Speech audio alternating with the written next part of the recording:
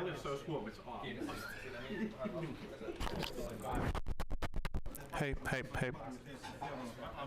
Joo, ei tänään. Sen jälkeen on mennä. Ei se nyt ihan täysin huoneen. Aika vähinen jäänyt. Mä siis vaan et haastaa lasta siis sieltä.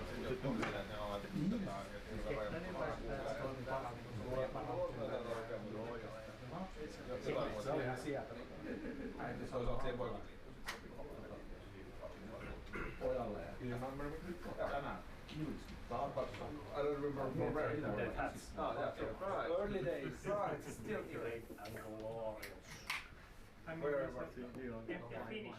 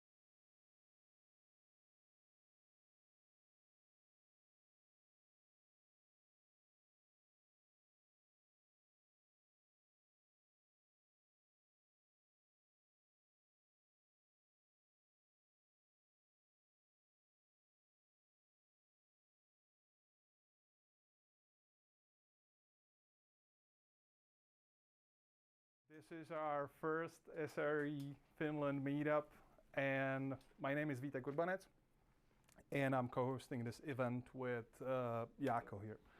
So I'll just give a short intro how this whole thing just came to be.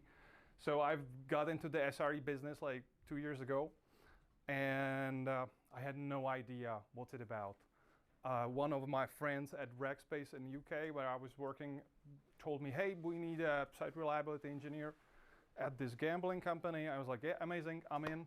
I've read the Google book about it. I was like, yeah, that's great, I'll do that, that's awesome. And then I started working for them, and I was like, wait a second. But the book says something completely different than we're doing here. And they're like, yeah, trust me, it's SRE, it's absolutely fine. And it was like, a lot of that stuff that we were doing was actually contradicting the things in the Google Bible. I was very confused, and then I started hanging out with other people who did SRE in London, or like the people I know. And they had completely different ideas. Again, sometimes contradicting the book. So I was wondering, what is this actually about? And then I moved to Finland for a job because of the Brexit situation. We wanted to stay in Europe and all that. And I've joined the company here, and they had a completely different idea on how it should be done. So I was like, well, that's something fishy here. And I've met the people behind the DevOps Finland group, which is the largest, single most popular meetup group in Finland. Yeah. It is. And we had this idea, like they are doing, or Polar Squad is doing SRE, for example. So we kind of teamed up and said, let's actually invite some real life SREs and let's hear how they're doing their thing, because the chances are it's again going to be different from what I'm used to or what my idea is, and I want to learn about that. And we thought that it's going to be interesting for other people as well. Apparently you guys showed up. So that's why we started the SRE Finland meetup group, and basically named our first meetup SRE Kung-Fu, because I spoke to one infrastructure manager from this like large company, and he said, yeah, SRE, that's like Kung Fu. Everyone has their own style, and some of the styles might seem kind of funny, but if they get the job done, there's nothing wrong with that. So that's why we've named the first meetup SRE Kung-Fu. I'm just gonna ask a question. Is there anyone here for an actual Kung Fu lessons or training? Well, yeah, dude, problems have happened. Okay, so yeah, enjoy the meetup, listen, learn, get inspired by that. We have really nice speakers lined up for you today. And take it away, Jaakko. Where is he? Hey, Just one moment to that.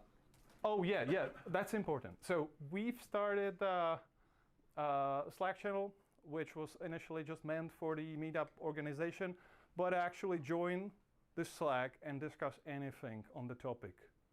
Or if like the good thing about SRE is that you can fit almost anything under that topic, so you can discuss. Apart from explicit little cats, chat away, and let's share knowledge and ideas. Okay, it's good. Good. All right. Cheers.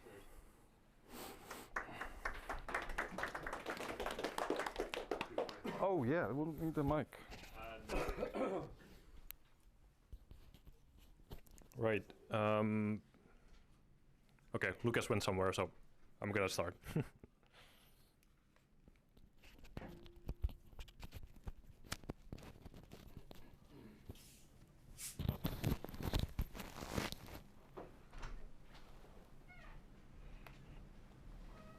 Or actually, Lucas is here. Do your first. Okay, I'll do my first. All right, so Polar Squad, we're the sponsor for this event.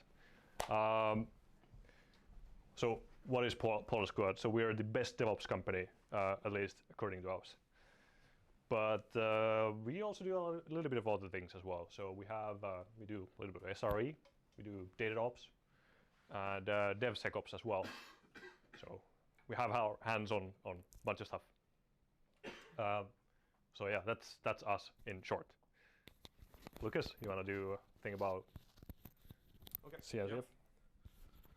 Cool. So just quickly, hi and thanks for coming. So I'm Lucas Kjellström, currently studying at Aalto University, and the latest 2.5 years or something I've been running the Kubernetes Finland group, which are also very welcome to join. They're all like sister siblings, DevOps Finland, Kubernetes Finland, etc., etc. And yeah, now we finally got the live stream logistics working.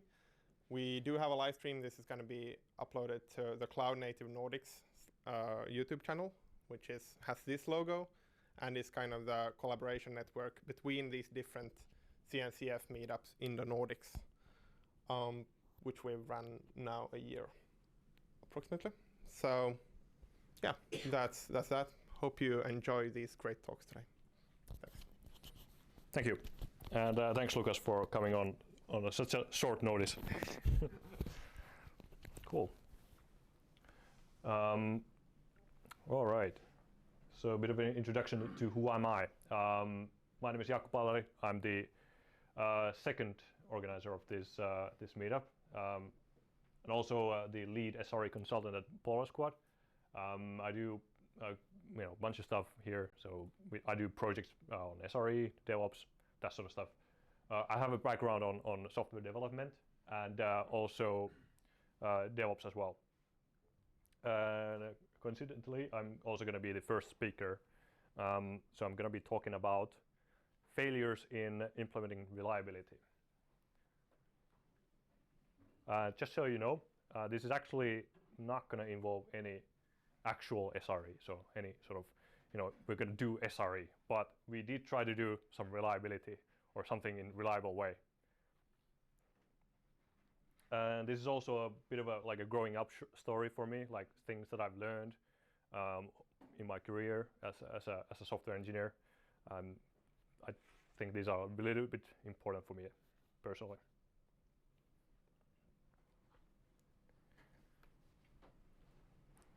Right, so the first thing I want to talk about is a project I worked on some years ago.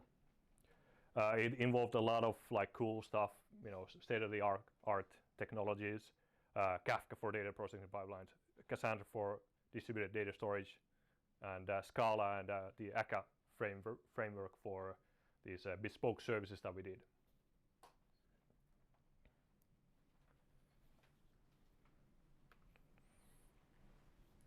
And these things are genuinely awesome. I think like these tools.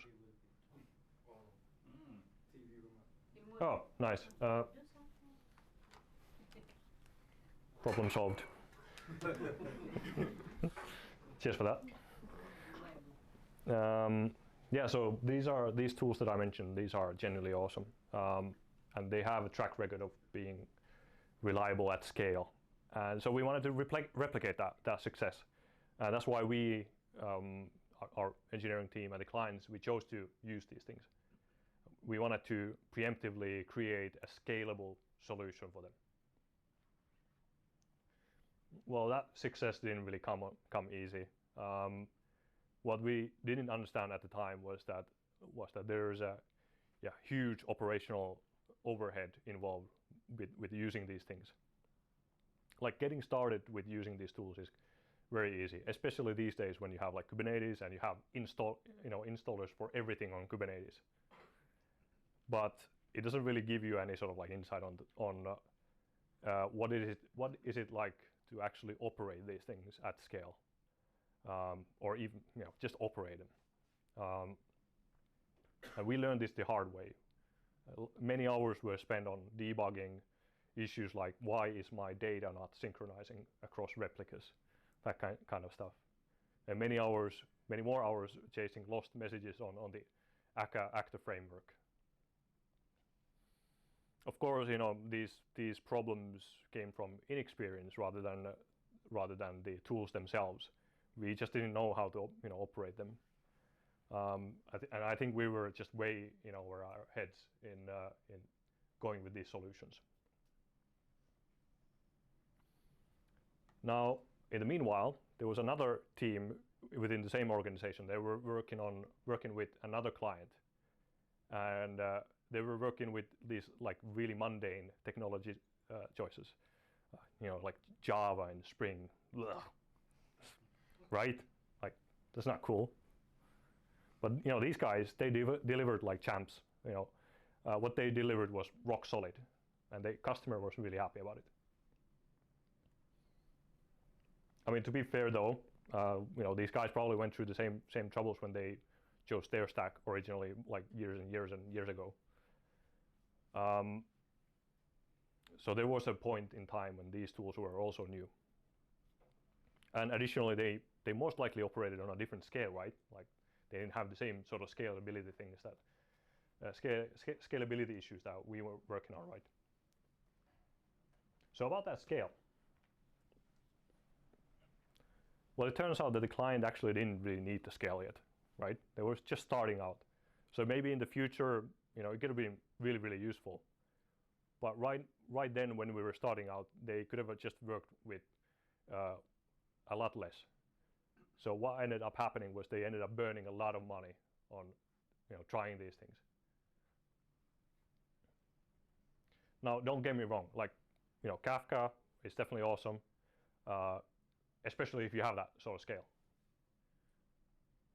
But more than usually, what I found out that you can actually do a lot more,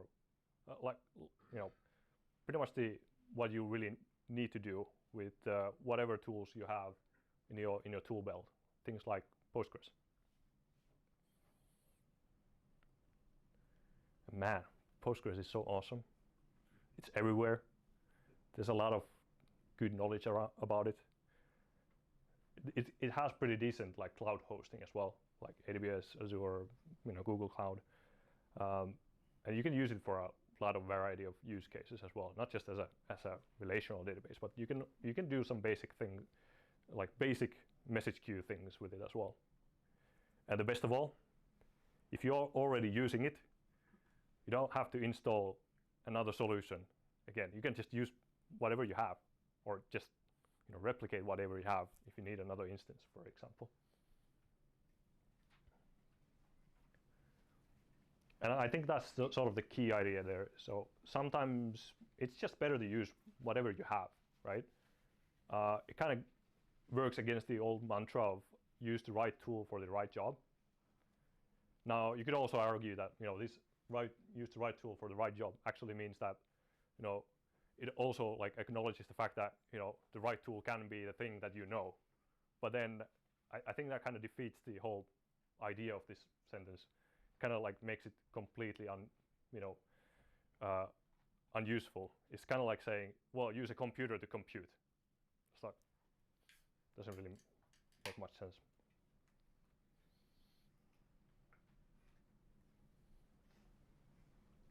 Of course, sometimes it's not just about the tools that you choose. Like some time ago, I entered this project as a consultant that had a product that was already launched. And all of the code was shared between like the 6 teams that were working on that organization. And I entered this new team that was just started. And the team itself was tasked to figure out how do we perform upgrades in a way where we don't have any downtime. All right, fair enough. So what do we actually have in this project? So let's look at the stack. So we have Azure, Ansible, Kubernetes, Go, Postgres, and a few other sort of like small off-the-shelf components. Doesn't really matter that much. And everything was organized in this sort of monorepo fashion. So that's all good. Now we were thinking, yes, Kubernetes. So this is going to be easy, right? We just set up health checks for your containers, readiness probes, rolling upgrades, and Bob's your uncle, right? So that's what we proposed, and that's what we did. So we push the change to master, you deploy the master to prod, right? At some point, tomorrow, immediately, in 2 weeks, right? On Friday. On Friday, yes. Past 3. Past 3. of course, during lunchtime. Why not? Well, actually, none of those were true. Well, there's a problem. Everything that is released is actually put into this massive release package, and I mean everything, like all the Ansible automation, all the Azure automation, the entire Kubernetes cluster, all the software run on Kubernetes, everything's in there. So what do we do with this package? Well, we take that package and we ship it out to another team that's far away from us. Of course we do that. And we also ship them the installation instructions as well. Sorry, here you go, have a manual. And this outside team was responsible for installing and maintaining all the production sites according to the manual.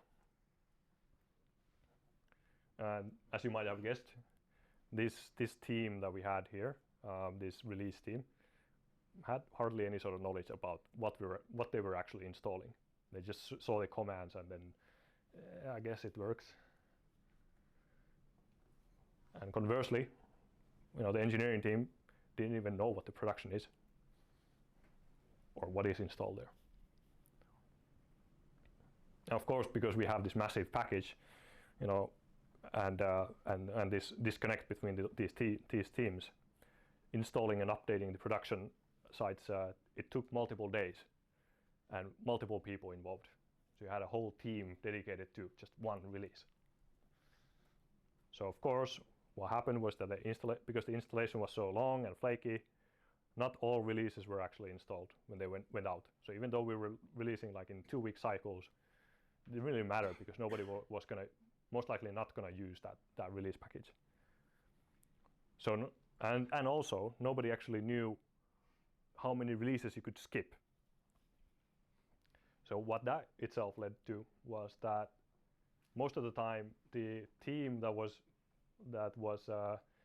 handling these releases, they just reinstalled everything, just do production 2 and deal with it that way.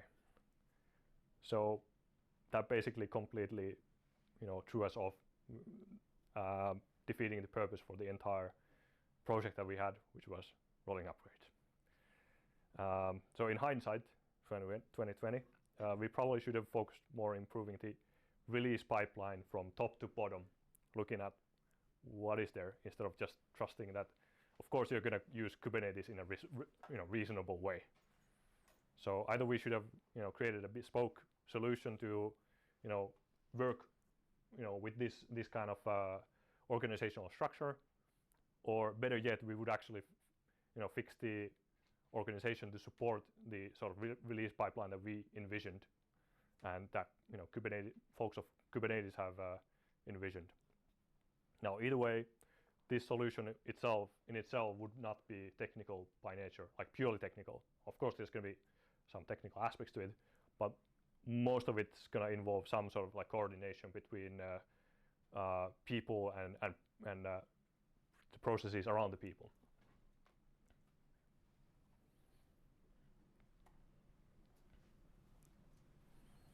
Of course, a lot of times, even when you want to use these kinds of like best practices, it's not always something that you can do.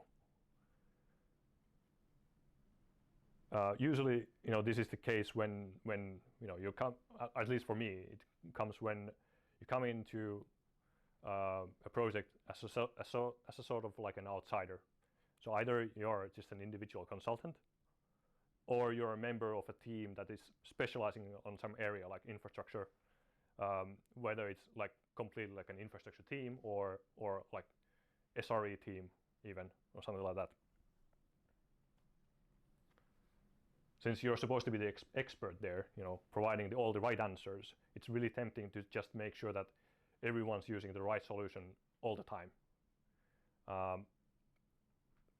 So you might want to start doing something like limiting the options of what you can do to only the select few best practices.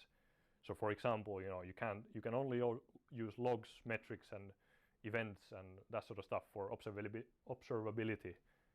No shell access. You cannot just go into your whatever box you have and use a shell commands to figure out what's wrong, or that you can only use this one tool that we provide for you to set up your resources on AWS. And I think, yeah, this can work, of course, with a couple of teams, but I think this comes quite hard, becomes really hard as the organization itself grows. So what usually happens is that you start to get these agreements on how things should be done. So more and more time is spent on like tuning these restrictions, like bringing more restrictions into the system, battling with the workarounds that teams have figured out, and generally just the tension between these development teams and this expert team here.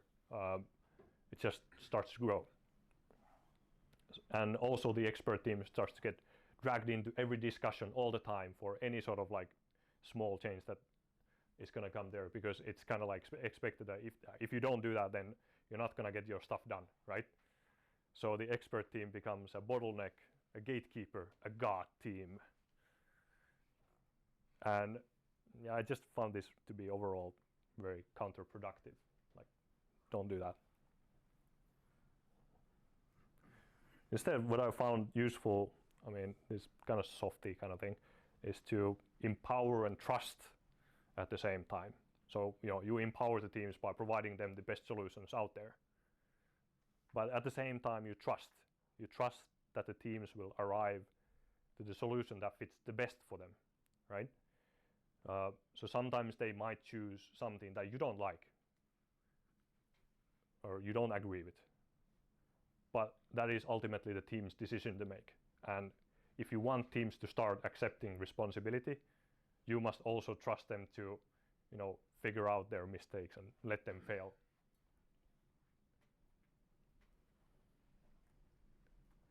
Now, of course, in practice, if you wanted to do this thing, you would need to start allowing quite wide access to, the infrastructure or whatever. But how much power should you really grant? Now, if you do it too much, you might end up seeing that you will spend most of your time in the expert team just fighting fires, fixing up things that were broken accidentally. So I don't really have a precise answer for this, and I feel like the balance itself comes from there's always, for each organization, there is some sort of balance that works best for them. But I suspect that there's a sort of like a rule of thumb that applies. So all permissions are fine until teams can step on each other's toes. So in essence, if you have like a way to sandbox a team, then you can give full access to that sandbox, provided that the sandbox itself, doesn't like having the full access in the sandbox doesn't mean that the team has some way of like interfering with another team's things.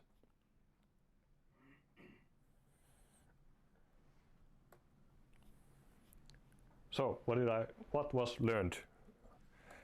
I think it's okay to trust the tools that Don't always chase the most exotic thing. And make sure to focus on the right issue. Don't be afraid to move outside the scope of what sort of task you've been given. Try to look further and see if there's any sort of problems in the process or the way that organizations have been done. And don't just trust that. Of course, the reasonable thing to do is the right thing to do.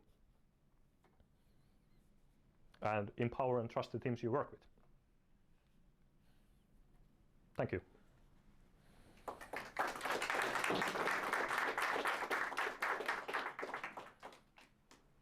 Any questions?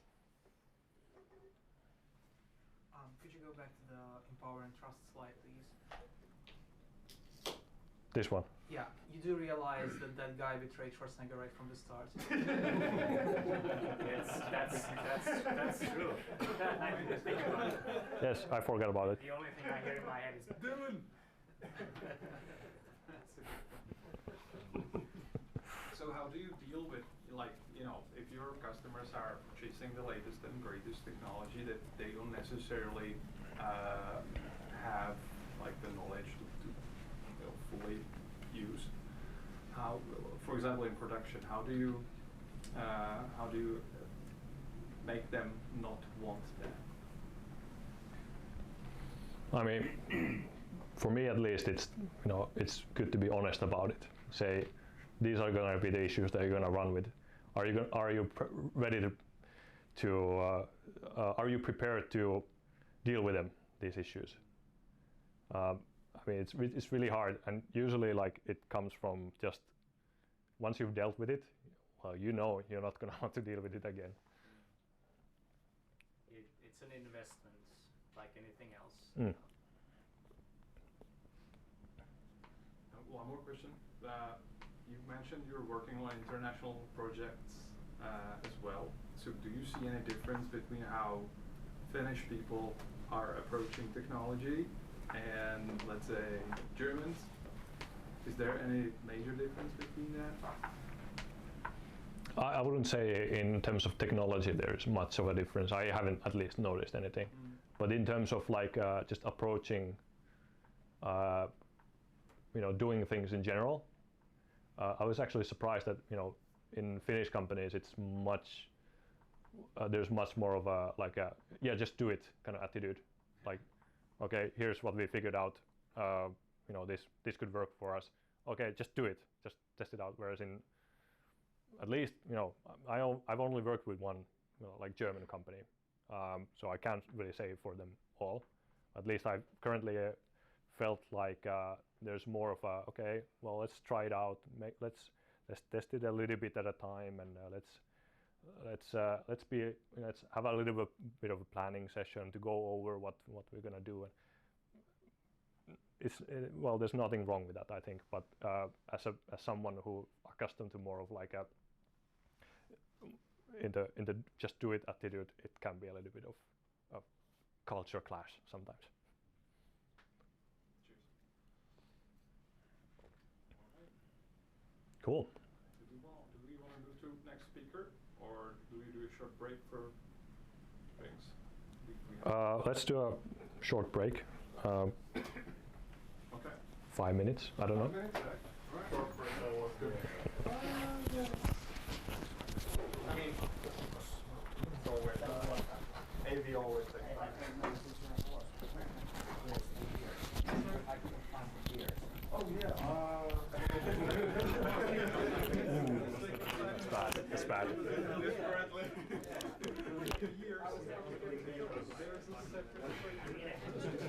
Thank you. In a week. I mean, it's just like happy end at the end. We need what is the happy end? Start provoking. It's close completely for the past couple of years. No, but I think about it like one of the issues that you have exactly the same issue that we tackle. At the moment it's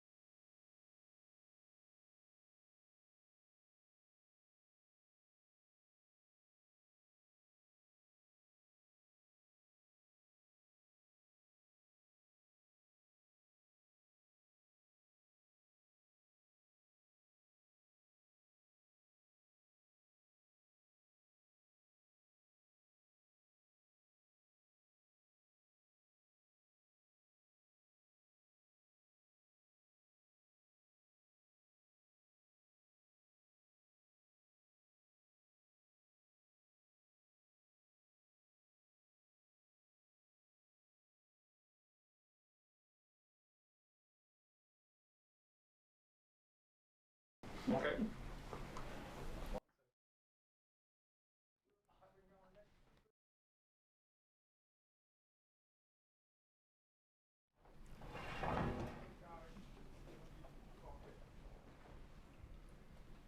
Okay, so our next speaker is Dmitry Erofin. Am I pronouncing it correctly? Yeah, that's fine. Dmitry Erofin from Musician. And Yeah. he's going to be talking about how you learn to stop worrying and love Kubernetes. Yeah.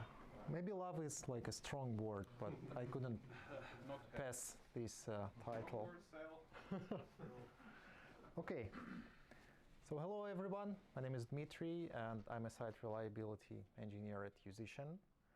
And today I'm going to tell you a little bit about the company, the product we are working on, how it looks from the backend side, what role our SRE team plays in it, what we have been doing, and what we would like to do in the nearest future. So first, a little bit about me.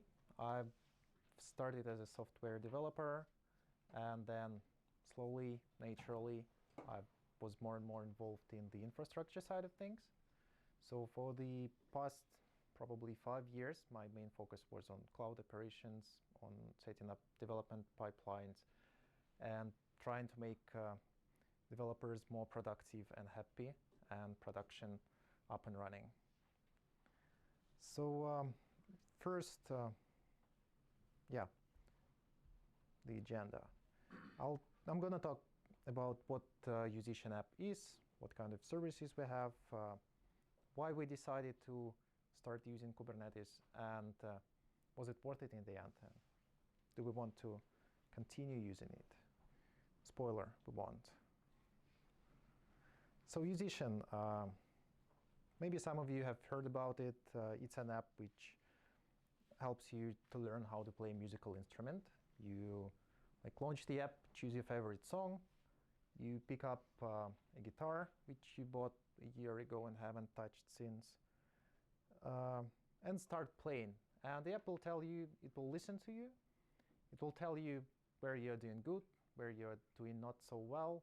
It will give you advice on how to improve your skills, give you a certain rank, you can compete with other people, and so on. So that's how it looks from the customer's point of view. But we will take a little peek behind the scenes. So what we have a number of clients running the app on their laptops or phones or whatever. And they all talk to our API, which we call, Musician API.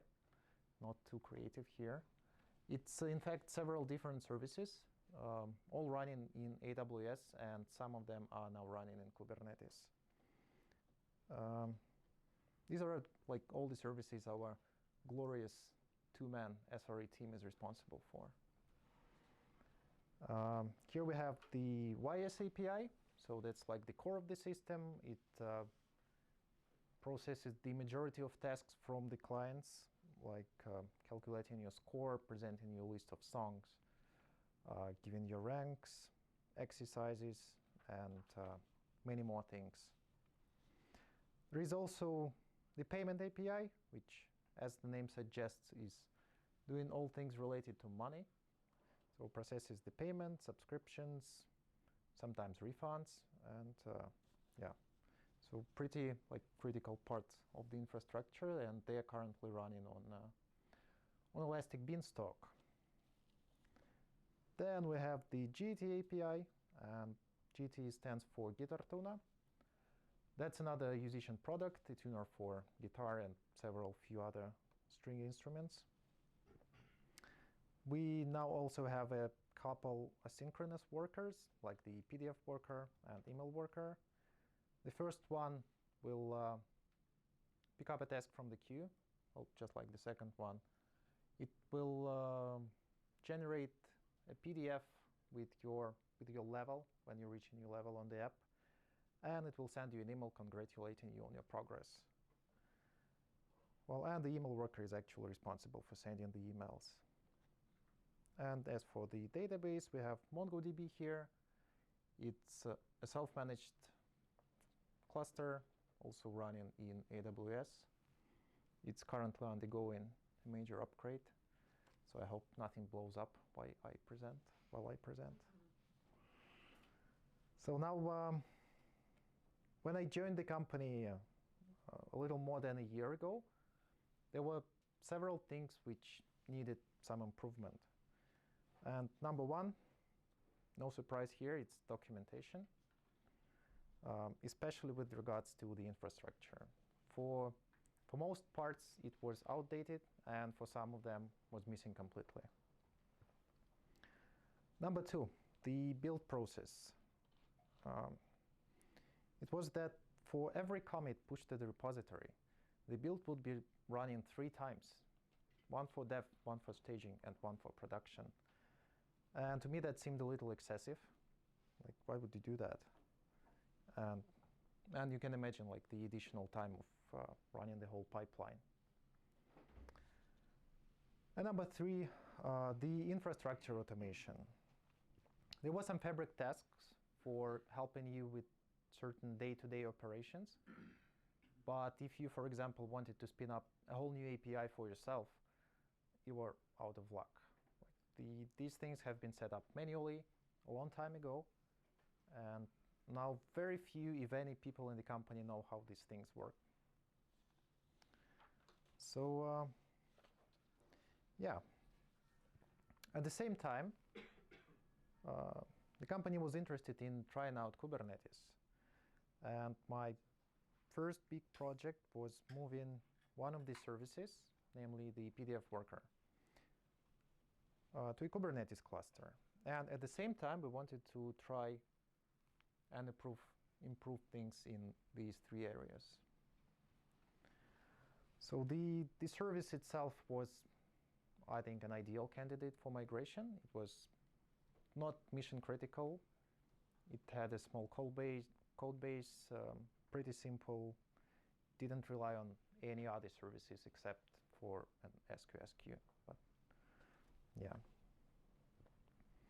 So, to be honest, at that time, I wasn't sure that Kubernetes is the right tool for this job.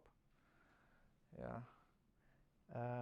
It's big, it's complicated, it's relatively expensive if you're using Amazon's EKS service. But after discussing everything with the team, we still decided to give it a go and see how it turns out for us. So the first step was to actually deploy the cluster. And one of the first goals I set to myself was to make the process as easy as possible.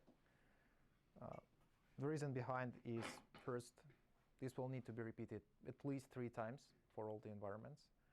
And the second, I wasn't sure that, let's say, I was pretty sure that things won't go well from the first try. So I may need to dump everything and start from scratch. And you don't want to like spend the whole day redeploying everything, figuring out how to interconnect all these moving parts again. So here's where Terraform was introduced into our technology stack. I've created a module which sets up the cluster, the control plane, the instances, security groups, and also does some initial configuration on the cluster, like setting up autoscaler, the dashboard, the authentication, and stuff like that. Then also the service, the PDF worker, had to be modified a little bit, as it was relying on some stuff Elastic Beanstalk provides. So originally it was running there. And we also had spent some time figuring out how exactly the instance itself has to be configured. If you remember the part about missing documentation, that's where it comes in. So nobody knew exactly what it needed to run. So it took some time to figure out. But after that, we were ready to put it into a container, and then we'll had to update our pipelines a little bit to allow deploying to different clusters and Docker builds. And well, that's how it looks at the moment.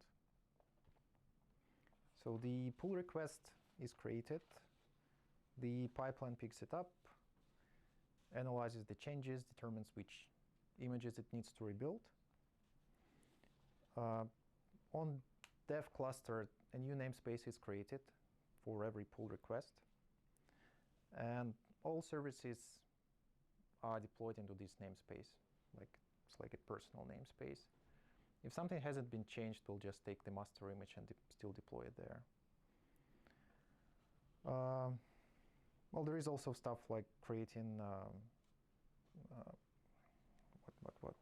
the record sets in root 53 if some service needs it. And then we have the developer who is happy. You can poke around without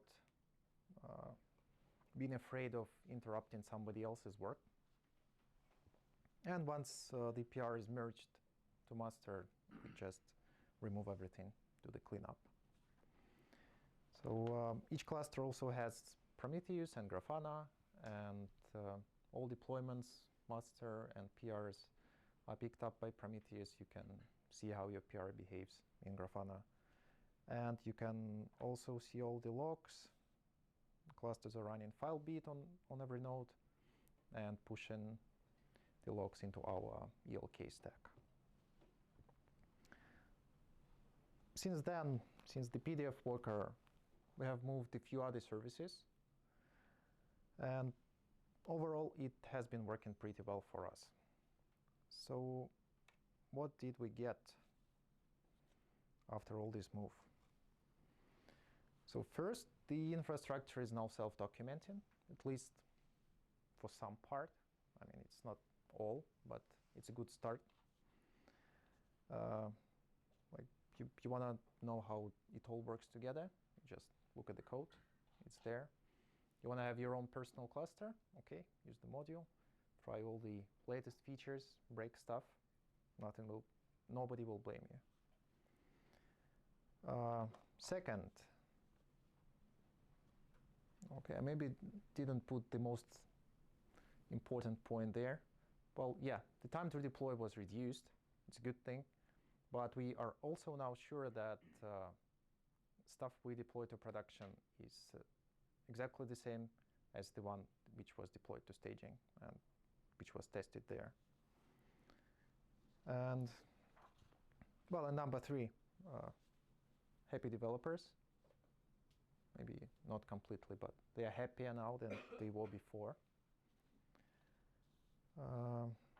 Because they can test their changes like easily. They can test all the services, see how it all works. They can point the app to their specific API installation and see how it behaves. So we've been able to start improving things in those three areas I mentioned earlier. I understand that this is not exactly because of Kubernetes, and all that could have been done with, by other means. But the ultimate goal we have here is to give developers an ability to spin up the whole stack for themselves. Like, okay, for some reason somebody wants to check how everything works together and doesn't want to interrupt anybody else. Okay, just have your own personal namespace, deploy all the services inside, play around. And then it will allow us to also to do like seamless deployments. We would like to be able to deploy everything to production as soon as something is merged into master. We are not quite there yet. We still have to push this deploy to prod button manually. We have a special person assigned to it every week. But I feel like we're moving in the right direction, and Kubernetes is helping us to achieve that. So yeah, this is what we have been working on lately. It's not all. It's we have a lot of other stuff on our plate. Still, I hope you found at least something interesting in here, and I didn't bore you to death. If you have any questions, I'd be happy to answer. I got one. Okay. So I knew if that. you've automated the deployment, what is the amount of interactions that, let's say, the developer does manually with the Kubernetes infrastructure? And are you trying to encourage them to just interact with the infrastructure with the pipeline, or are they allowed some manual interaction with Helm or kubectl? Well, they certainly could use kubectl if they want, but nobody has expressed the desire to yet. That's good. Okay, cool. So they're mostly interacting with. Yeah. It's mostly like GitHub and Jenkins. Perfect. Create API, it's deployed there. Yeah. You merge it, it's removed. Yeah. It's like a dream. Okay. And do you like are the SRE guys and the musician in any way like interacting when something goes bad? If you have incidents, do you handle incident management or commanding the incidents? We surely have. Yes, we have. Well, we have the on-call duty, Okay. which lasts for a week, and the person is like the first point of contact if something goes wrong. But then we also have what we call the SRE duty. Also lasts a week, another person. But this person deals with special kind of tickets we have. So say some team wants something done, they need a feature or I don't know, something. Or maybe a pipeline is broken. And they create this SRE ticket and it gets assigned to this person who's on SRE duty. Okay. Yeah. I'm not sure if that answers your question. Sort of goes down. It's like, as I said in the beginning, there's no like right way or wrong way, and I've found like different ways of how SRE teams are interacting when there's something bad going down. But yeah, thanks for answering the question. Do you have any other questions? I have a question. Okay. Right. Hey, I'm Jai. Sorry, I missed the part about the self-documenting infrastructure. How did you achieve that? Well, we have not like completely achieved that, but I do like Terraform. Okay. And like if you have all your parts in there, it's pretty much self-documenting. Like you see what you have, you see who talks to who. So it's yeah, maybe some documentation is still would be nice to explain, even in the form of comments, like to explain not what is happening, but why is it happening? Why did we choose to do it this way? But it's still much better than nothing. Yeah. I have a question about the process of when there is a pull request and you deploy a set of services in a namespace. Do those services have any dependencies, like, I don't know, they need 2 Postgres, 1 Redis, something else? Do they have Yeah, good question. How do you handle that if yes? That's one of the issues we still haven't quite solved. So the PRs itself, okay, the tests which are running in the pipeline, they use the local MongoDB, so just local DB with the dummy data. But the PRs, they still use this common database. So all So PRs. there's a separate one for them to access. Well, yes, it's separate, but it's still like one for all pull requests. Yeah, and that's also we have. Well, let's call it our New Year's resolution.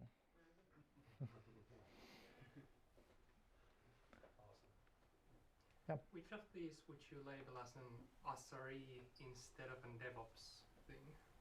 That's a tricky one.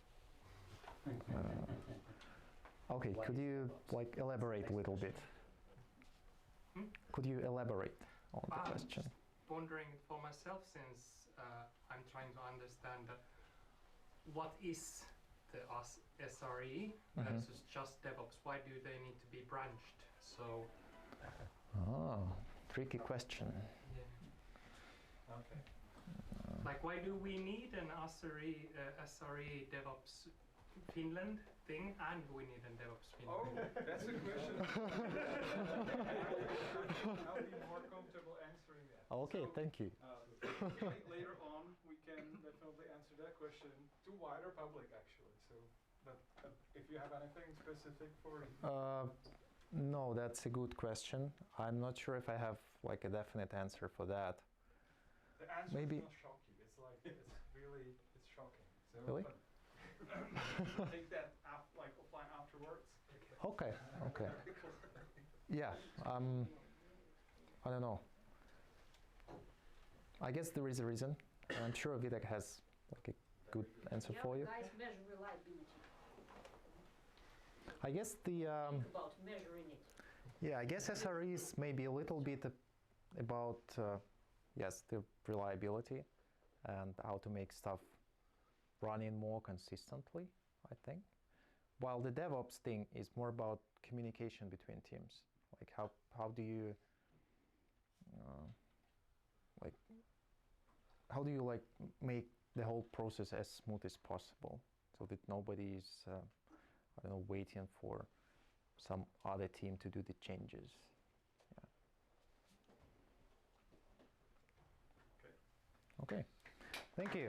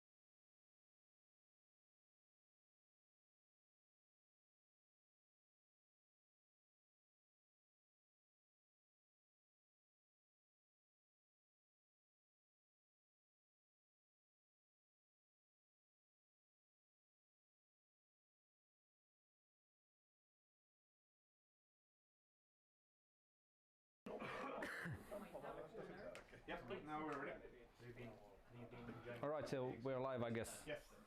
Cool. So, hello, I'm Riku Lääkkölä, and I'm from Kaiku Health, and I'm here to talk to you about how we do stuff at our company. So, SRE at the health tech startup. First, a little bit about me. I was hired as a DevOps engineer at the company, but then I decided to call myself an SRE, and then they made me tech lead. That's what I did. Yeah, that sounds like a common pattern. And then, well, my background is in network engineering from mobile network, backhaul routers and stuff like that, and then through consulting to health tech. And I've been a Linux desktop user since 2004. And this is slightly later, but as you see, it's the same guy with little more hair and more guitar playing skills. Is that the same shirt? Yeah. It's different colors. But that one broke and I had to buy a new one. All right, so Kaiku Health. Our product, we collect patient-reported outcomes, and then we do stuff with it. So our main customers are cancer clinics all over Europe and hopefully other parts of the world soon enough. And well, basically we have cancer patients who get assigned to fill these kind of web forms in our platform. And then the doctors and nurses can use the data that they submit to see how the patients are doing during their treatment and afterwards for like follow-up for certain periods of time. So that's the basic function of the product, and then there's all sorts of symptom management and AI-powered crap going on. Yeah. And here's another picture of the fancy tablet UI of the product too. Currently we only have a web UI, but it's of course very reactive and nice, and our mobile app is right about to be launched, I guess, soon enough, at least for some clinics. But yeah, we deal with patient data. It's sort of sensitive. Usually people don't like it to be spread around to too many places. And then our customers seem pretty adamant sometimes to have the data within the country's borders they operate in. Usually there's no local law that actually really requires this, but for some reason the companies seem pretty strict about this, so that's something we had to do. And then there's also encryption at rest for data which they usually require for whatever reason, I don't know. I don't think it's the biggest security risk in web apps that people who steal hard drives from data centers gain data from patients, but anyway, that's something they do. And they tend to take the security stuff pretty seriously, and they're usually, well, they're smart and less smart about it at times. But yeah, well, how we used to do it and currently still do in some sense at Kaiku Health. We have a Rails app. The backend runs on Ruby on Rails, and each customer currently has their own instance running and also their own database. So that's, well, that makes separation of different customers pretty easy, but it makes life of SRE not too easy. And well, also like the amount of traffic that goes through each instance, because there are luckily not that many cancer patients around in the world, like relatively speaking, so then the amount of traffic that we need to handle is not too big. Well, what we are running on in our production is Debian servers, and as I said, we need several locations. Most locations do not have like the same provider available, at least the one we used to be running on. And then each of our Debian server runs usually multiple customer instances, unless it's a really small region that we have only one customer in or something, and also one Postgres database instance. But as I said, the database instance hosts like a separate logical database for each customer. This was and still is managed by Ansible playbooks that are in some condition. Well, we just like today run all the Ansible playbooks through so that they are in a state where at least like all the parts of the playbooks have been run, so it's a nice thing. And not too many problems arose, so that's even surprising. Then we have a bunch of monitoring tools. We have a self-hosted Elastic Stack version 5 point something or something. I don't know. It's not in a nice shape, but we're going to change it soon, hopefully. Then we have the New Relic and Bugsnag and stuff like that going on for monitoring and monitor different places and all those, except for the elk stack report to our flow doc, and then we monitor via that and all sorts of dashboards also. And when I came up with this idea to do it a different way, I realized that the first thing we need to do is we need to throw all the blob data, because our app also has a chat feature and file attachment feature, because some customers require those kinds of things. We have blob data so that we can have message attachments and like avatars for users. We decided that okay, we need to migrate this to cloud storage as soon as possible to make it less of a hassle to go towards a different route later. So we did it, and now it's in, or it has been in the cloud successfully for quite a while already, so yay. But there's still some problems remaining. Scalability of such an approach where you have the app instance and the database instance on the same physical virtual machine. No, anyway, that's not too good, because you can't really it's not very simple to just spin up new instances and use the same database with both instances. And also setting up new client sites was a bit painful in that sense, because it required setting up servers at points, well, in different regions and sometimes even different cloud providers. And also horizontal scaling, as I said, is not that easy. Deployments were pretty slow. Well, to be honest, it's not really about the infrastructure, but it's the way we're doing things. So we used to deploy all the sites on one after the other that were running on the same server, because all sorts of build things were consuming memory and stuff like that. So we wanted to be careful about it, and it took some time. And also, well, when you have the database and the app instance again on the same physical VM, the hardware failure resilience is non-existent and not really, you can't really do anything about it. So that's really an issue. But we have been running quite nicely so far with that, even though it's not done that in a highly available way.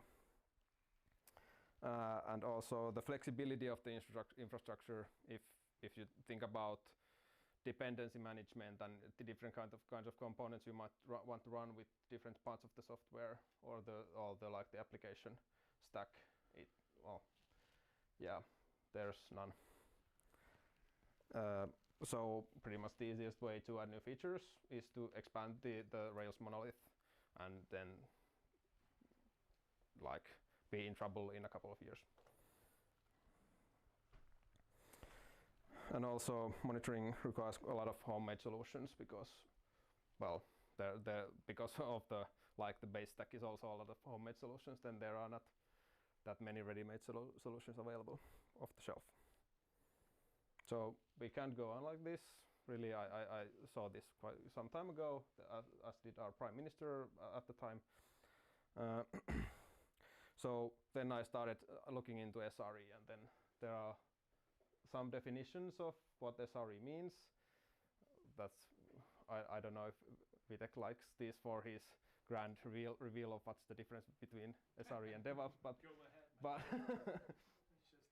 but yeah, because back then we used to be called DevOps engineers, and it was like sort of, I always felt that DevOps is sort of more like a culture rather than a role. And then then there's the Google Book definition. So we sort of viewed it that SRE is the function that makes DevOps possible, and we wanted to be better at that for our product. And then here's the nice definition by Jani Vaknin, also about SRE. So, well, this is not yet something we do that much at Kaiku Health, but this is something I think we should at least try for. So we decided we want to transform our infrastructure management and like product reliability things to a more like SRE way of doing things. So the first thing, enable high availability. That was one thing that I felt was one of the worst things that was missing. And also better infrastructure as code. Okay, yeah, Ansible is infrastructure as code in a sense, but well, I don't know. Yeah, you can do it in many ways, but yeah. I mean, how strict rules do you guys have about writing the playbooks? Yeah, not too strict. That's the problem with Ansible. And also we want to empower the dev teams. This has been coming up in the previous presentations also, so I think I'm onto something here. So empowering the dev teams to like do their own stuff and having the power and the means to do their things at the parts of the infrastructure where they actually need to.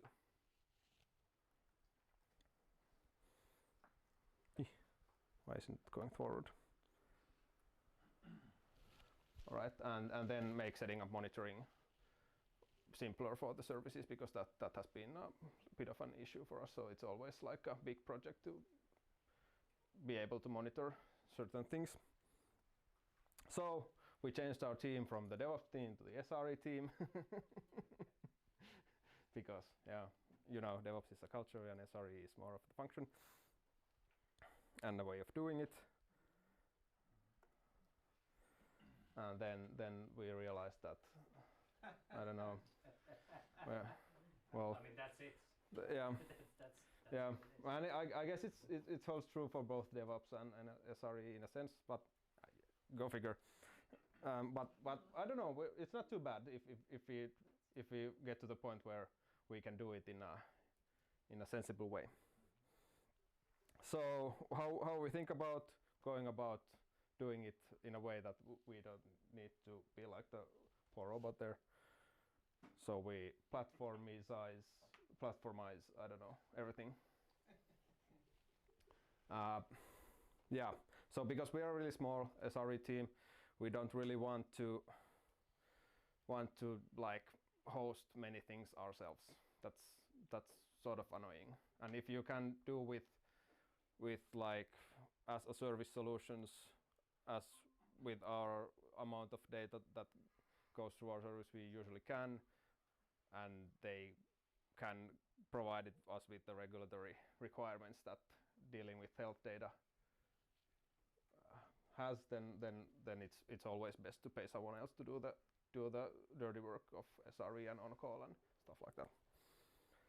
So we figured out a bunch of tech solutions that would suit us the best, and some of these are already in use with us, some of them are not. So we are already using for our data persistence platform, we are using the Google Cloud Storage, as I mentioned, for the blob storage, and Google Cloud SQL for a part of the sites that we're running now. The first ones that had a hard requirement from some regulation to have the encryption at rest. So that was a boost for us to go towards Google Cloud SQL, because I don't want to set up our own encryption at rest at some random hosting provider. And like the benefits of Google Cloud for us were that they have a really nice region offering for our purposes in Europe. They have Finland, they have Switzerland, they have Germany, they have all sorts of places. And also they have the best managed Kubernetes service, at least according to my knowledge. I haven't tried EKS or Azure Kubernetes, whatever they have, but I've heard that Google is the best, so I'm believing the things that they say to me. Yes. And also, also the Google Cloud SQL gives us like high availability out of the box with the encryption at rest. So yeah, that's nice. Also, then we decided that we will start running our Rails instances within Google Kubernetes Engine. And why is that? Well, it's pretty much the standard way of running stuff nowadays. If you want to run, if you want like lots of control over your workloads and try to remain a bit vendor agnostic still, so that's like the way to go, and it really has served us well, at least with the current phase of our migrating the services to the to a better cloud platform. Then for our observability platform, we have chosen, well, not really, but we have been trying out Elastic currently. There have been some issues with Elastic. It's sort of a big.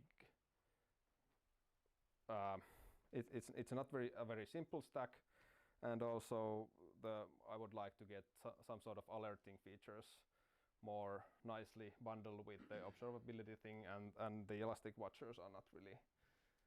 I don't really like them. So if you have any ideas how to use Elastic this complete package of observability and monitoring, then I would be really interested in your ideas. Sorry? What about Stackdriver Express? Yeah. Yeah, we looked into it, but into Stackdriver too, but for some reason it didn't stick that much. But it might be the time to look into that again. Yeah, and then maybe we might want to do some parts of the observability with Prometheus and Grafana, because they have lots of nice features also. Then for the CI/CD, we are sticking with Circle CI, at least for the moment, because it's been serving us pretty well, and also they have the nice new pricing model where you have the on-demand container like spin-up thing where you pay as you go, and that's really good for us. And well, some stuff is not too nice to configure in Circle CI, but it's been serving us really well. And then for the infrastructure as code stuff, we have been now playing with Terraform, and we've been pretty happy about it. For Google Cloud, there's the vendor locked solution of Google Cloud Deployment Manager, but that I don't know. I really don't even know who uses it. Yeah. So that's probably the reason we went with Terraform, because there's a lot more material for Terraform to do stuff, even on Google Cloud. And we're still pondering on what to use for secrets management. We have sort of this like interim solution with multiple different things and a bit too much manual work, but it's working now, and that's not like a critical thing to fix right now, because it's working. Yeah, we'll be looking into that, but it's sort of like at this point it might be, if you're talking about HashiCorp Vault, yeah, it's like maybe a bit too heavy for our usage, but it might come in handy at some point at least. I mean, if you need something more than just a key value store, then HashiVault is cool, but if that's the only thing you need, there's other options which are less overhead. Yeah, cool. Like black box. Oh, cool. I need to take note of this suggestion. Oh, yeah. Yeah. You use SOPs management systems. Sorry? You can use SOPs with key management systems. Ah, true. And have your version secrets. That would be great. Okay, so my daily work, as I would like it now, and it pretty much is currently, well, I'm writing tooling to make usage of these platforms I just presented to you nicer for the devs. That's still much in the beginning, or the like first steps of the way. It's still a bit hairy, but I've been writing stuff on Ruby Thor library, and that's a nice way to create CLI libraries for devs. And I've been liking it a lot recently. And then just like supporting the dev teams with the stuff. It's sort of in the beginning because, well, the platforms are not really like in a mature state yet, because we've not been running them for so long. But at some point I would hope that we would get in a state where I would be consulting them. They need some sort of service, and then I would say, okay, write these kind of Kubernetes manifests, and I will help you with those. And then also, of course, future-proofing the tech choices and maintaining them that we chose to run our platforms on. And a little sneak peek to our progress into moving our stuff from the old Debian monsters to Kubernetes. So there's the yellow one. If you can see, then here we have deployment events, and then the number of sites that or services that are running on a different solution, and the blue ones here are Kubernetes ones. So we're hoping to get that number higher. And actually, we have these kind of pictures because the other SRE guy in our company is doing his master's thesis, and I'm trying to direct it. So then hopefully we'll have some more pictures soon because he's supposed to finish the thesis also soon. So yeah, that's how we do stuff at Kaiku Health currently, and that's the direction we're heading to. Hopefully you got something out of it, and also we're hiring. So come pick up my business card or something and tell me if you want to join us. Cool. Okay. Any questions? Yep. You talked about that you're doing tooling for the dev teams to use. What kind of tooling have you seen to be most impactful? Well, yeah. Well, currently it's mostly about like deploying our main app, and there are, because we have multiple clusters in different locations, then there needs to be some way, because they still all run the same code base. So that's like the number one thing that we're doing. So pretty much currently that the main tooling thingy does is it gives like it generates the commands what you need to run to be able to deploy, and then you can just run it. And also it generates manifests in some scenarios, because some sites need to be separately configured and stuff like that. And also the tooling makes it to access, because currently we still need some like shell access to so that we can access Rails console in the production sites. Then it's pretty difficult to first find the pods that are running the specific sites, and then running the right kubectl command. So just the thing that generates the kubectl command and runs it for you to be able to access the Rails log of the site or the instance, then that has been pretty useful, at least for myself. Deployment manager is Google's cloud native kind of deployment tool. Yep. How much did you invest into using it versus Terraform, and what issues did you have with? Well, to be honest, not too much. I tried it for a while and I didn't really get the hang of it, and then it was much easier to get the hang of Terraform, so I just went with it. One comment on the monitoring. I would definitely push forward with Stackdriver as your Okay. most key. I don't really see you have any real reason of hanging with an Elasticsearch cluster. Okay. In the end, the Elasticsearch cluster will end up costing just as much running in the Yes. cloud. Yeah. And will be much more overhead. Yes. And devs will hate the query language and bitch about it every week. Yeah, I need to take this up with the people I'm working with. That's good points. Any others? So you're dealing with patient data. Yeah. At least in Finland, you are required to store logs about who has been using the like patient data. So where do you store your logs, and how do you manage this? Well, yeah, we have in our app we have a separate. It outputs a separate audit log file for this particular purpose. Then I have a thing in our pod that reads that particular file. It's mounted as a Kubernetes volume, and then there's a separate container, actually sidecar container within the pod that's running the site, that reads it and then it outputs into a pub sub, and then there's a job that once a day reads the pub sub and outputs it into cloud storage. Okay, how about if somebody would like to have a report of how their data has been accessed? Are you able to produce that? Then we have to have tooling just to read it, and we do, but it's like, it's not very fancy, but it gets the job done. So it reads the stuff from the cloud storage and parses it. Related to this, when you're dealing with patient data, how about if you are breached? how do you monitor your environment, and are you able to detect that if your systems have been compromised? Well, we have the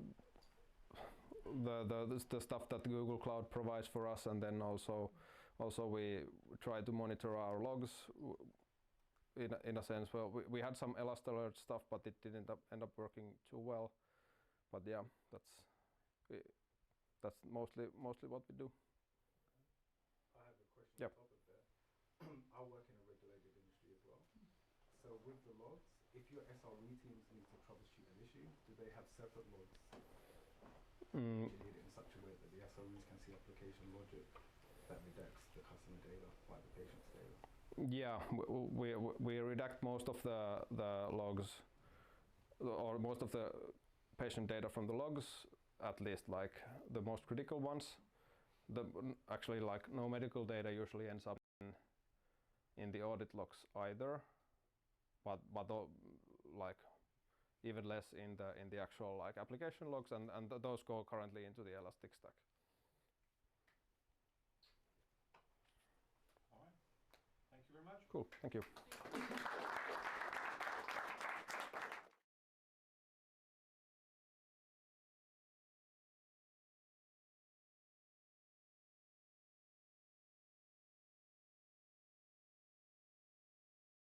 Yeah, all right. Hello?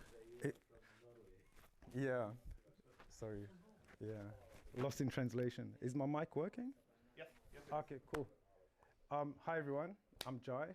Okay, so I'll just the crowd is missing. Yeah. Yeah, sorry about that. Helsinki. Awesome. Are we good? You're set. Okay, cool. Hi everyone. I'm Jai. I'm gonna give you all kind of a rough journey, my journey into SRE. Do we have any developers, operation engineers that are not working in SRE that are thinking about moving into that field? No? Maybe I can sell it to you then. Cool. So, site reliability engineering. I spent 10 years as an ethical hacker. So this kind of stuff is my bread and butter. Taking operational hardware, software, reverse engineering, and doing all that kind of fun stuff. So about me, I'm a generalist. I originally started as a Wintel engineer, sysadmin, Windows 2003, all that kind of fun stuff. Through my journey as a system admin, I realized that Wintel networks were changing with config manager, that kind of stuff. So I started transitioning into the cloud native environment from, say, 2014. I've worked in Wintel for many years. So as an SRE, it feels quite strange in terms of it's quite foreign. Wintel doesn't kind of suit the kind of environment because it's legacy applications, legacy environments. There's a lot of hard fixed code. So it's been quite a hard journey for me to make that kind of transition, to kind of pivot. So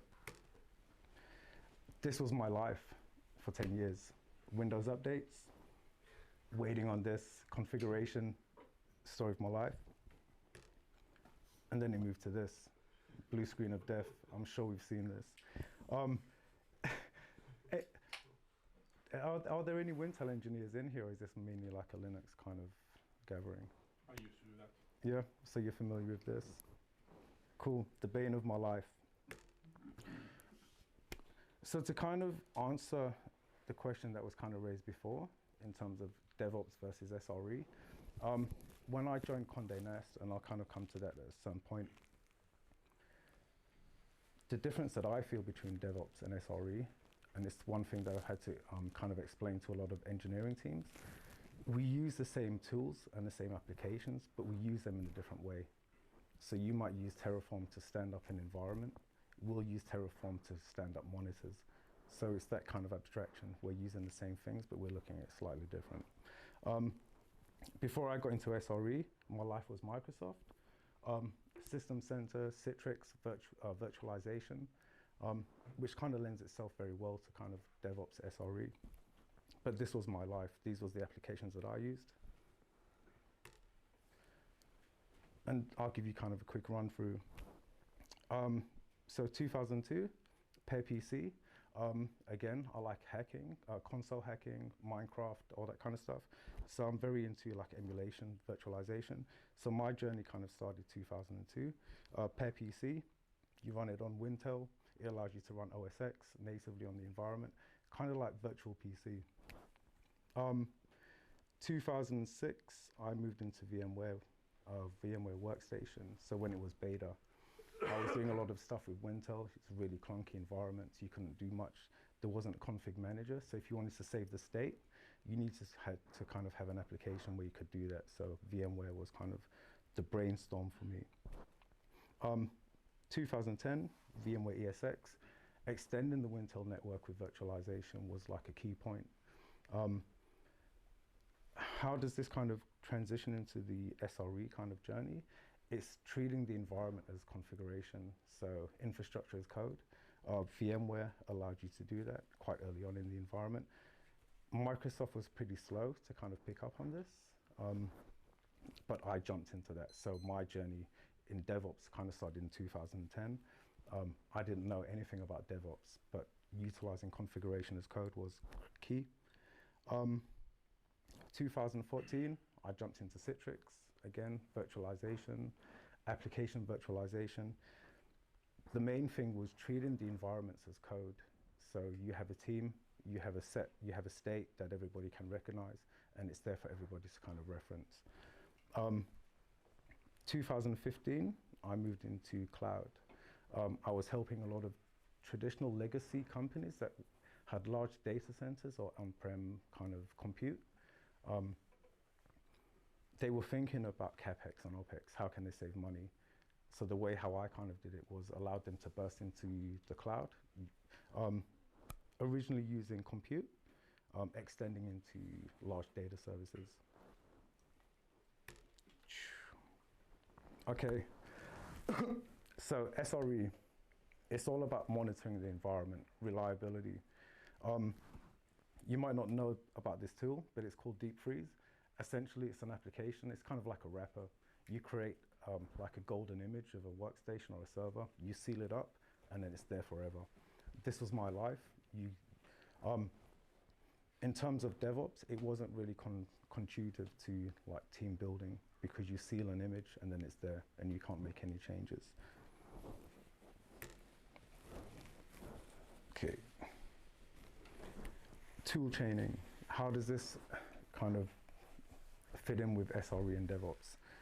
The image that I've shown is like the cloud native ecosystem. There's 150 members of the ecosystem there. How do you make these work with your infrastructure? How do you tie them together? That was a problem that I had early on in my days, where we had off-the-shelf applications that were hard-coded. As an infrastructure team, we would use these. We couldn't integrate them into the environment. However, they're a key part of the puzzle, and that's one thing that as an SRE that you need to be kind of aware of, is that there's a lot of applications and tools that you can use, and tool chaining is like a key part of that. You're probably not going to get the most out of the environment that you want, whether it's AWS, Google, any kind of environment like that, off-the-shelf vanilla. You need to plug things in.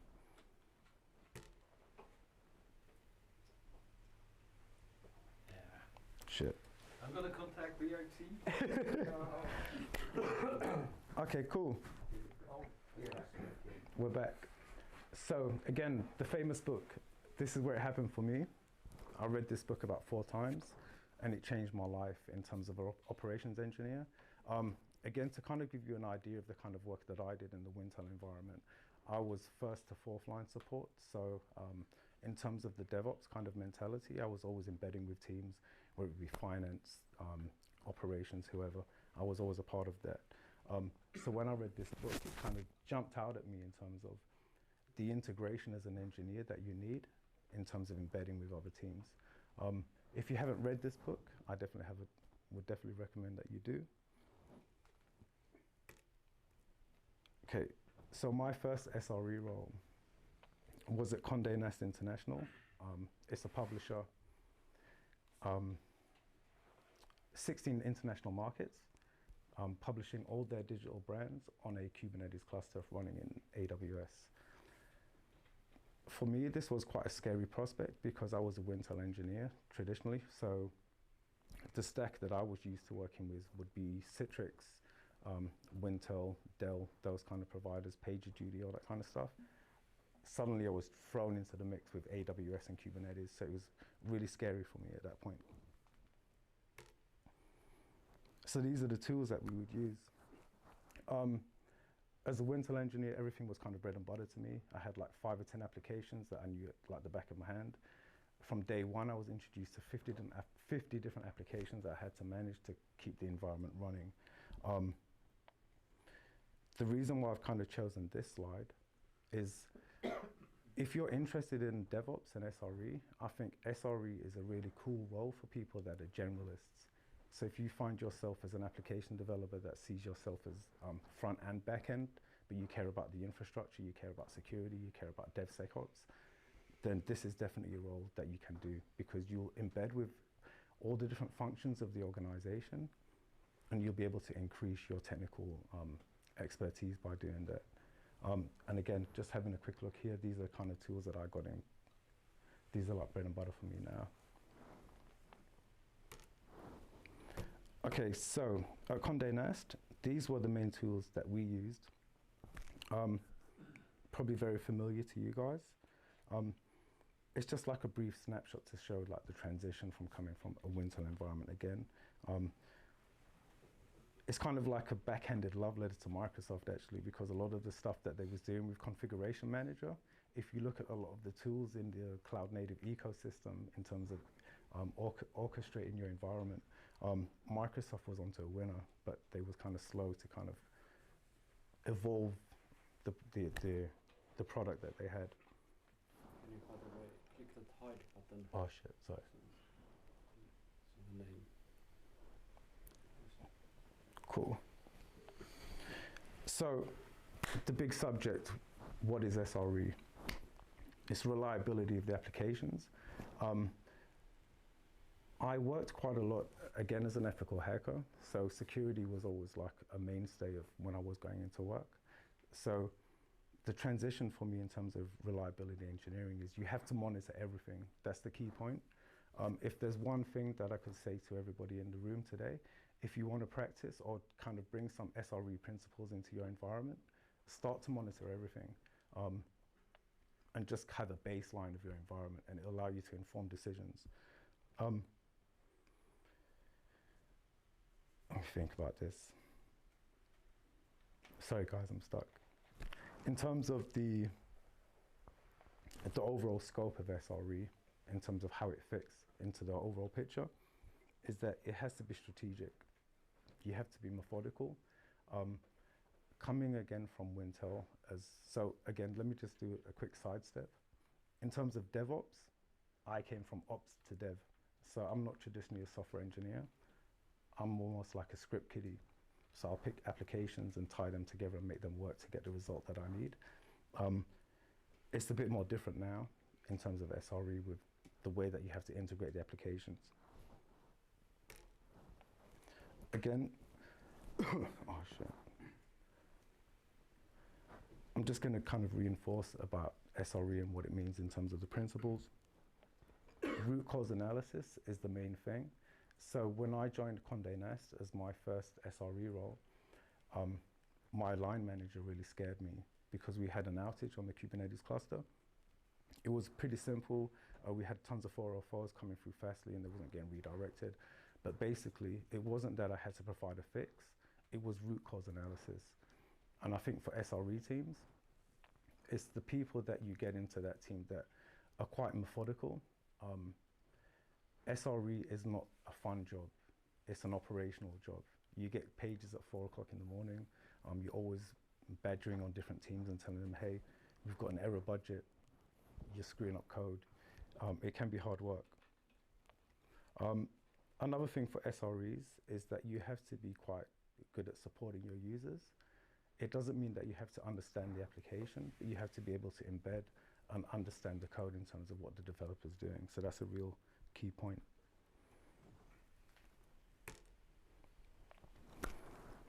I think this is a good one for the people in the room. So SRE stemmed from Google. it almost feels like DevOps in terms of like it's a buzzword. It doesn't really mean anything outside of recruiters. It's like, are you SRE? Are you DevOps? To kind of reinforce the SRE mentality, is that it's not, SRE is more like a principle, and you design it around your company and the operational teams that you have. There's not a one size fits all. You need to design it in terms of how it's going to work best for your company. How are you going to do this? Have cool technology in your company, have good engineers that can kind of reflect this and build up the team. You want to start as early as possible. SRE is pretty hard, especially if you have a DevOps team already in your organization, then it's going to be hard for you to make the transition from DevOps to SRE. Kind of going back to the conversation that was going on earlier, SRE and DevOps, they overlap to a high extent. To get the best out of SRE, you need the guys that are going to pay a lot of attention to the really small, minute details.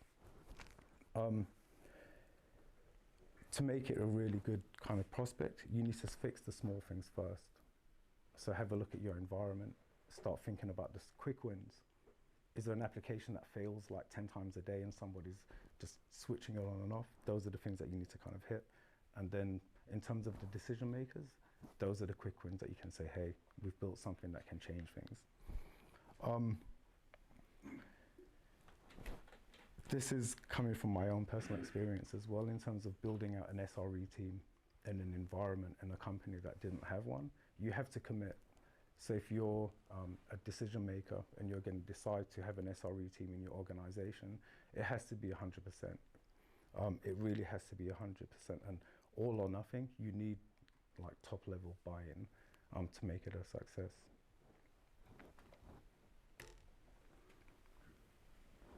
Okay, next question. A few QA. Does anybody have any potential questions? I'm sorry it's so short. Yep, by the way. You said that getting a page at 4 a.m. is part of weekend site reliable engineer. Yeah. In my opinion, it shows that you failed as a site reliability engineer if you get a page at 4 a.m. What do you think about that? It can be. It depends on your environment and the application and the company that you're working at. If you're getting at a page at 4 o'clock in the morning, it could be that it's not a self-healing. So the SRE team could be to blame because the application or the environment hasn't repaired itself. It could be that it's not a mature environment or the engineering team is not as mature that it needs to be. We're working with technology, ones and zeros. Things break. There's an inevitability about it, right? As much as you can orchestrate and put guardrails in place, things are going to break as much as you try to stop them. When those things do happen, it's always good to have like a postmortem, get the SRE team together, have a look at what went wrong, and then think about how you can do the root cause analysis and kind of automate and engineer that issue away. But I guess the thing with SRE as well is you're an operations team. If you're getting paged at 4 o'clock in the morning, more than likely something's wrong. So it's a good point for the team to kind of get together, brainstorm, have a post-mortem, and have a real reflection point. So it's not always bad news. It's a good thing as well sometimes, because it makes, yep. I'm sorry. Oh no, I was just going to say it's a good thing sometimes because you can't automate everything away. There's always going to be issues. If you're running in GCP or AWS, they're going to have issues with their networks and things are going to break. That's no issue for the SRE team. However, that could provide some kind of ideas for the team to kind of build some kind of resiliency and kind of push the automation or something in a different region. So outages are good, but not every day, for sure. I'd like to ask, do you have any tips for people who want to start doing postmortems on their incidents? Yeah. Like anything that you found like exceptionally effective? Yeah, for sure. So going back to your point, if you have an issue at 4 o'clock in the morning or even during the day, run a postmortem. If you have a P1, you need to have a team that's going to get together, have the key stakeholders in the room, and really sort that kind of stuff out. Postmortems are really good because it provides the company with a reflection point to see where the issues are happening. Sometimes you can bring different people into the room that might not be associated with the application or the platform, and they can feed in ideas.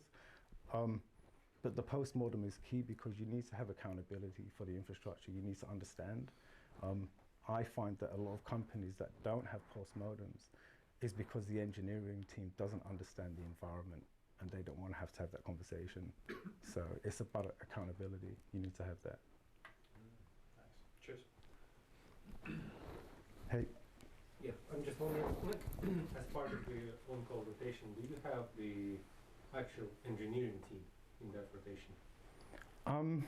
Like, what happens when the server goes down and you figure out, like, okay, we need the coding guys to fix this? Again, so SRE and DevOps is in this funny bubble in that it depends on the company, the size of your application and the response time that you need exactly.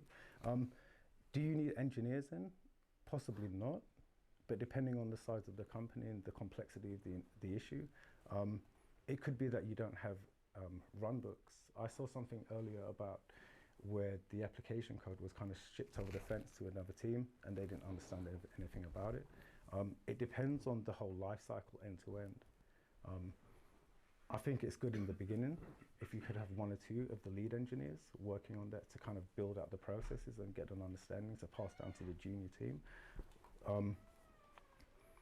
It really does, it's a reflection of the company and the size. It's just in general, what I've seen in Finland at least, it's when the on-call rotation is happening, it's the operations team who is on call. And what I've experienced myself a few times, it's that, you know, for example, the API changed on the other side, and you need the engineering guys to fix their own code while your entire production is down. So it's kind of, I'm a little bit puzzled lately why we have an only ops on call when, okay, it's not often, but happens when you need the engineering guys and you're like, In that situation, you might want to re-engineer the code so that the operations team can actually fix it without having to bother the engineers. But again, it depends on the environment. It's a case-by-case kind of situation. But you have to remember that SREs are engineers. We code, we write code, we create programs. We're doing all cool stuff in the environment. We work with the same teams that are designing the applications and the infrastructure. We spin up the infrastructure as well. So we're well versed in what's going on, but it depends again on the environment. So case by case, I would say. I mean, it's kind of hard to get well versed when you have multiple microservices. Yeah, it makes it really hard. So you could plug something in like Istio like that, maybe it would help, and depending if you're on the Kubernetes. Hey.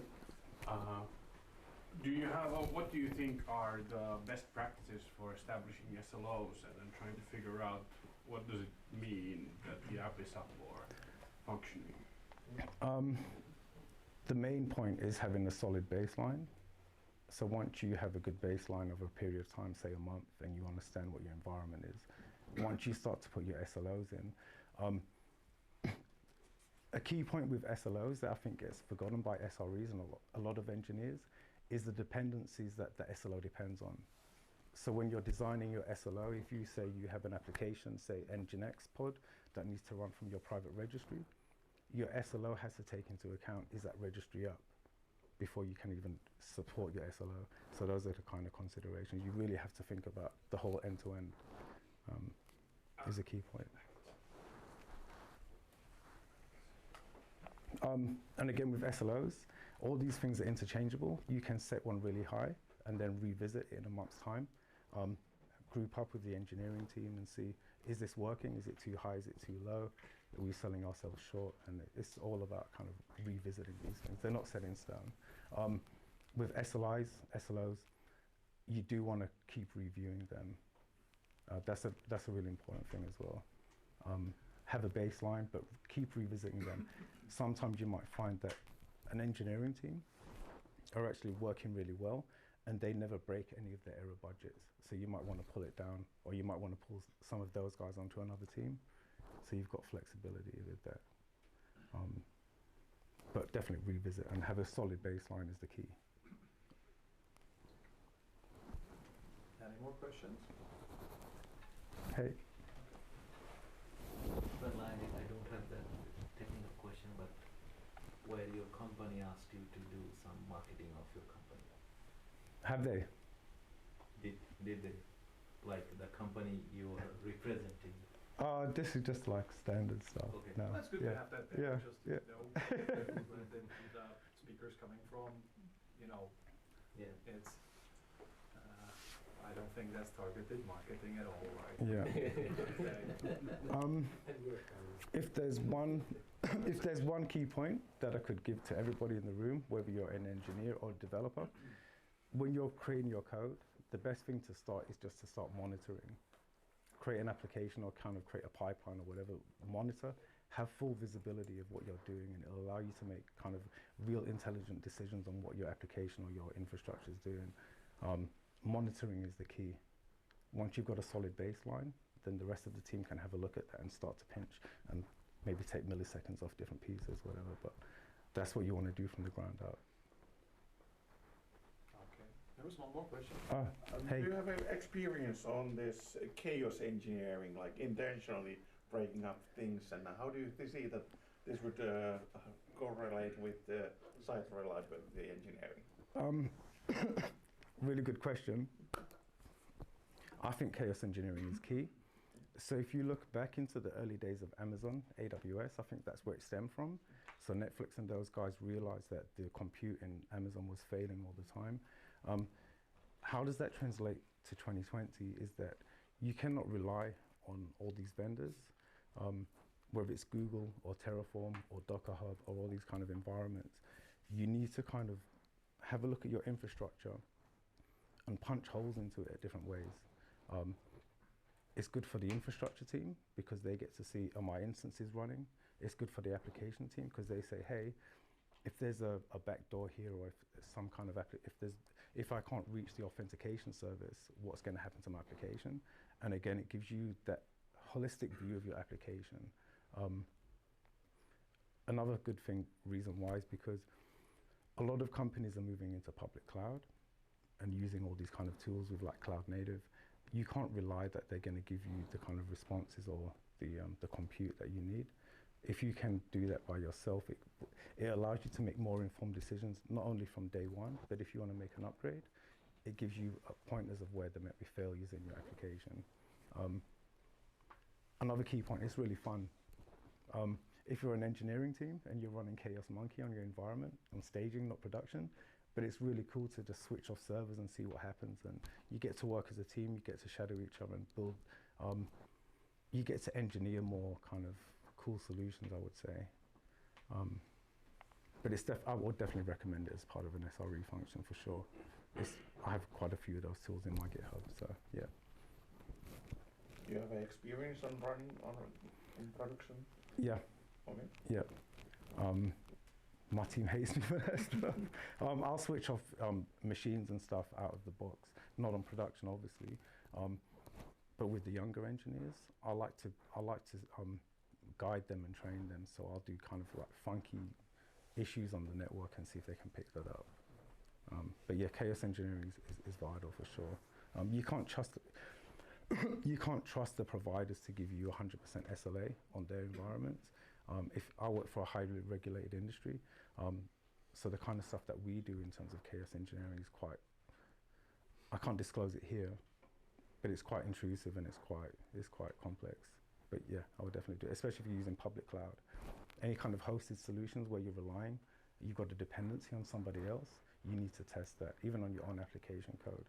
So, and it can reveal a lot of interesting things as well. So.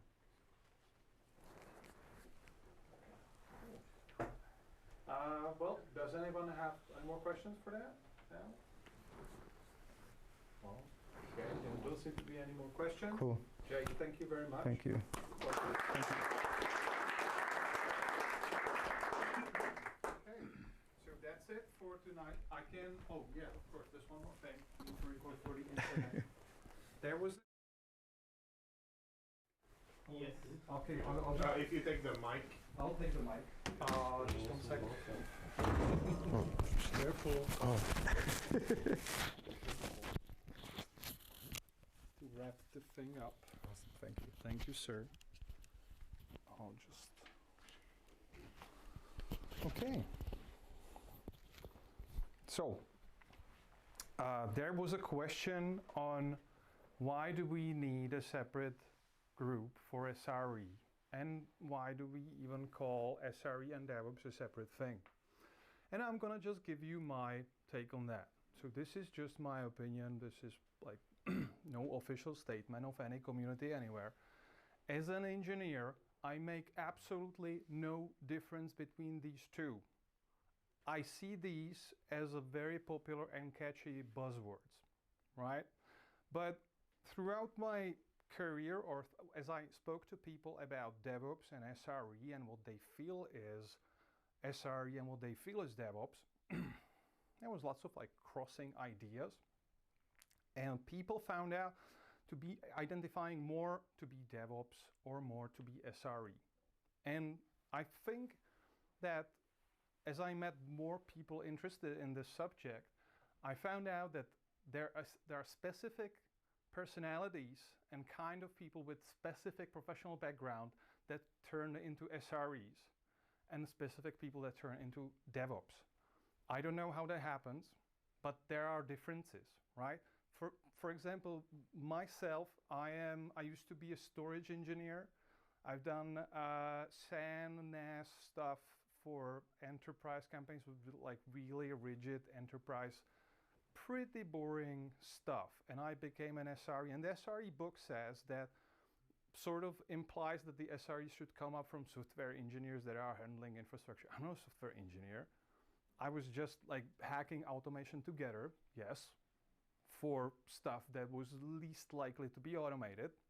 Like, I mean, enterprise SAN stuff, or I'm not going to be naming the virtualization platforms, right? It's very resistant to automation, no APIs or anything. And I became an SRE, and I found out that a lot of the responsibilities of SRE, that's not a new thing. If you read the book, there's nothing like, oh, I didn't know about this before, I should monitor stuff. Well, like, yeah, you should monitor stuff. That's that. And I had even like when I was in England, I had a customer in North England, and people from North England are very upfront about everything. They don't fuck about. So he said, yeah, everything's great, but please stop acting like you've invented DevOps like just recently. We've been doing that stuff for ages. Right? Basically, giving the responsibility and ownership to the developers. You've developed it, so you're gonna run it, right? And us as a DevOps people or SRE or whatever, we're gonna make it super easy for you to take care of the infrastructure, right? If you develop it, you run it, you own the whole package, and we're gonna support you with that. We're gonna mentor you about how to use infrastructure because yeah, we have the background in it. We're gonna automate all the possible obstacles out of your way. We're gonna help you own your stuff. And yeah, that's basically my view of that. It's just because some of the people identify better with DevOps, and some people identify better with SRE. For me, I'm very pragmatic, and I just, as an engineer, I see very, very little difference. For me, I was presenting at the SRE Con in Dublin last year, and I got into tons of conversation, like with Yanni from Google, like talking about where do you see where's the splitting line, and tons of like ex-engineers, like ex-SREs from Google that started working at different companies, and they're like, yeah, it's SRE like kind of started with Google, but we never believed it's gonna be a thing, and it's kind of a thing now, so we're gonna run with that. So like technically looking, as Jay said, looking at the tools and looking at the stuff that we're using as SREs versus DevOps, it's the same stuff, but we are using it kind of different way. For example, Terraform, developers that I support are using Terraform to build their infrastructure. I have a Terraform module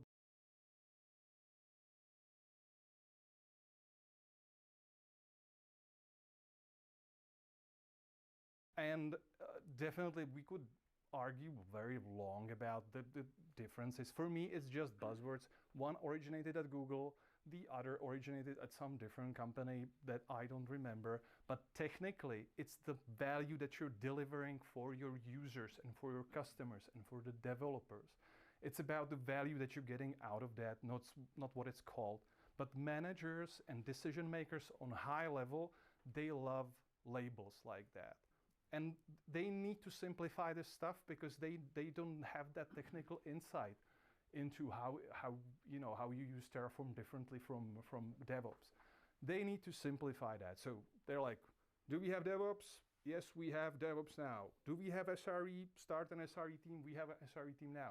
It is really that simple. And for us, well, I mean, I assume we're engineers here. And I'm not speaking harshly about decision makers or managers. I mean, they have a different world than the engineering world. But for engineers, same thing. But some engineers identify better as DevOps and some as SREs. So that's the reason why we have a separate group for that stuff. And it's keeping everyone happy. And we got some attendance at the meetup, so that's great. You guys came, even though you might think that's the same thing as DevOps. And I'm not saying you're wrong. And I'm not saying you're right, technically. Okay? So thanks for showing up today. And thanks to Polar Squad for hosting this event and giving us pizza and drinks. And thanks, Lucas, for the live stream. Cool. Any questions? When is the next? As soon as we recover from this one, we're gonna start planning the next one. And thanks, Jay, for really taking the long trip from London. Jeez, it was a pleasure to have you here. So thank you very much again. And yeah, yep. Oh, sorry. Yeah. So are you basically saying with this terminology that within like 5 or 10 years, when people no longer know there are computers behind the cloud, people are actually will be called system administrators after that, because that could happen. The cloud is the system. That could happen. Yeah, like I am very bad with terminology, and I am very bad with predicting the future. I'm kind of dealing with the situation as it is now. Yeah, on the subject of SRE, I kind of agree on it being a buzzword, since I come from an MSP background, so managed service provider. So thank you. SLAs, on-calls, monitoring, it's all given for me. If I do something, they're gonna be there because the MSP provider would pay for them if they are not met. So designing solutions that they are SRE compliant is a given for me. So I find it just funny that nice to having its own term, but then again, when you bring it to a developer, I see that it has to have a culture in it. Bring it forward. It doesn't really say that anything that comes out of Google is a buzzword. No, it doesn't say that. I mean, it is these. You know a buzzword when you see one, right? It gets thrown around a lot. Is Golang a buzzword? I wouldn't say that. It's like it came from Google, but it's this SRE has become a buzzword. This is just my opinion, all right? Became a buzzword because it's quite vague. And it is, if you look at the companies, how they're implementing it, and as I've seen that, like with talking to different people who are titled SREs, like, what do? We file papers, or I'm not even kidding. And the other one is, okay. And the other ones that we're supporting monitoring, or we are teaching developers how to deal with stuff. It's very vague, and it's easy like to become very ephemeral and become anything that you want. Yeah, same goes with DevOps, basically. Same goes with DevOps, exactly. That's my point of view, exactly. Right? For me, I'm horrible with words. Like with these, and I used to work in sales engineering, like selling stuff to people, like so other people didn't have to do the dirty job. And like customers love buzzwords, especially when you're explaining stuff on high level. Does it have cloud in it? Yeah, it has all the clouds. And Jakob will know about, like, we were joking about one DevOps, please. I'd like some DevOps and one DevOps for my friend. And like these things I am really focusing on the value, right? When I'm at work, I go to developers and say, hey, if you had like extra 8 hours in a day, how would you fix stuff, right? What would you do? What can I help you with? Like, it is absolutely necessary that if you build your thing, you support your thing. How can I help you do that, right? And they usually open up and they have good ideas. Oh, well, actually, this is a pain in the ass. Can you take care of that? I'll say, yeah, sure. But and altogether, if you look at these solutions that you're providing, if you're following this workflow, you could name it SRE or DevOps, but you have that good feeling that like you actually get the job done and you like reduce stress for someone. Does that make sense? Producing value always plus. Good, awesome. And to talk about the community side of things, we have like 4 meetups now, which just in Helsinki, which overlap a lot. So we have, well, this one, the DevOps one, the Kubernetes Finland one, and the AWS one, which kind of talks about the same things or similar things. But I see it as a good thing to have different perspectives on different stuff. And as an organizer also, it's really good to have different people managing similar stuff because it's a lot of work. So then we can spread the work of organizing these things between different people and then attract different types of personas. Yeah, load balancing, essentially. All right.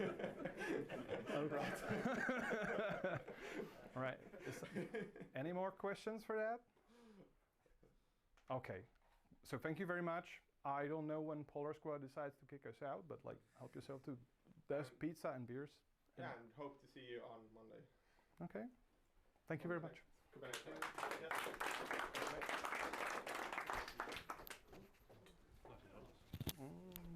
There's